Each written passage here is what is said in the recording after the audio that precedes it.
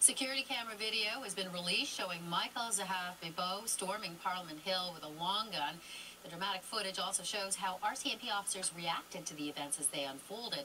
Joining us with his analysis is security expert Derek Humble. Thank you for being in. And you've looked at this video over and over again, as has Canadians, because we don't usually get this kind of thing that quickly.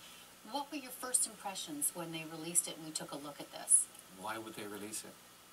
The issue that worries me is that this is going to become centerpiece on some jihadi website.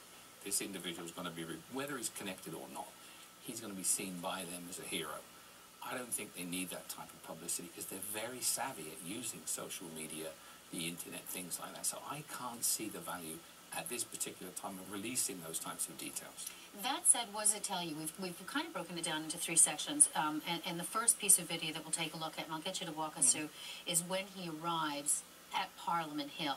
So as we take a look at that, and there's a sort of, there he is arriving. What was your impression of the access and where he was going? Well, I think the important thing to know is before this, there's been gunfire. The gunfire is down the street, is high velocity, therefore it's very noisy, you can hear it. So I'm wondering why there aren't people on the hill that are able to hear that, to be sort of waiting for this individual or to try and find out what actually happened. My concern at this particular arrival point is you've got nobody there. There's no law enforcement. There's no people standing there. Yeah. See, in military terms, we refer to the outside of Parliament as no man's land. And one of the rules of war is to dominate no man's land. The only way you can do that is with boots on the ground. The concern I have is you have police officers in the area, but they're in their vehicles. If you're in your vehicle, you're in a bubble. You can't hear gunfire. You can't get that sort of warning. As opposed to you're on the street, you're walking around the hill, you hear bang, bang, bang.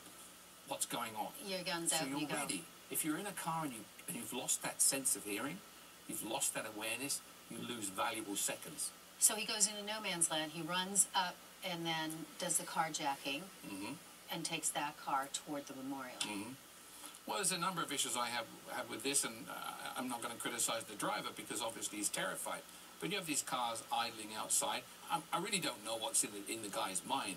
There's a number of opportunities to interdict this chap. Runs around the front of the vehicle, the driver's in there, gets the driver out, driver runs away. I think the driver's extremely lucky. Yeah, no kidding. Because he's in a minister's vehicle, this individual. So the attacker has got something specific in mind. Get out of my way, you're just annoying me, I want to get into the building.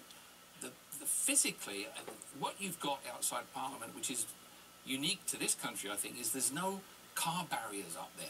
There's no speed bumps. There's no speed bumps. In some areas, like White House, places like that, you have these huge gates that come out of the ground to stop a vehicle driving through. Now, this almost seems an aside to the attack. Gets in the vehicle, drives it a couple of 100 feet, gets out of the vehicle. What's in his mind, I don't know. So he shoots Cirillo at the monument, and then he gets over, and this is the third and final piece of tape that we'll take a look at, is at the entrance to Center Block, and when he runs from that location over to the center, into the entrance. Well, one of the things that you're seeing here is the police responding. Again, back to my point of having boots on the ground. People out in the... I know it's cold there. Because we're still in cars. They're all in cars, right? And this thing happens so quickly that if they've got what we call long guns, machine guns, shotguns, rifles, whatever they are, they're normally locked in the police officer's trunk.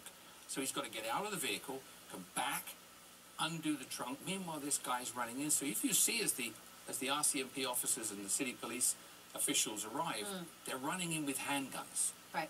John. You know, you don't want to take a long gun on with a short gun. One's low velocity, one's high velocity.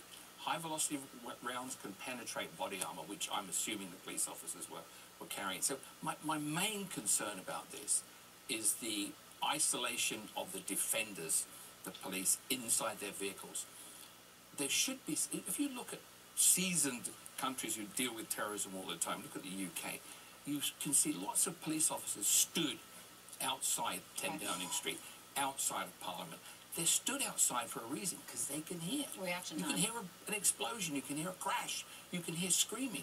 You can't hear that inside a vehicle, particularly in this country where you want your car nice and warm and secure. Well, they've likely got security radio on where they're hearing other people talk. The problem with these types of circumstances is really it's too late when they're in the building. You've got to stop them outside. Thank you for coming and taking a look at that with us. Coming up on the show in 7 minutes, Canada's Chief of Defence Staff reacts to the outpouring of support for the 2 soldiers killed.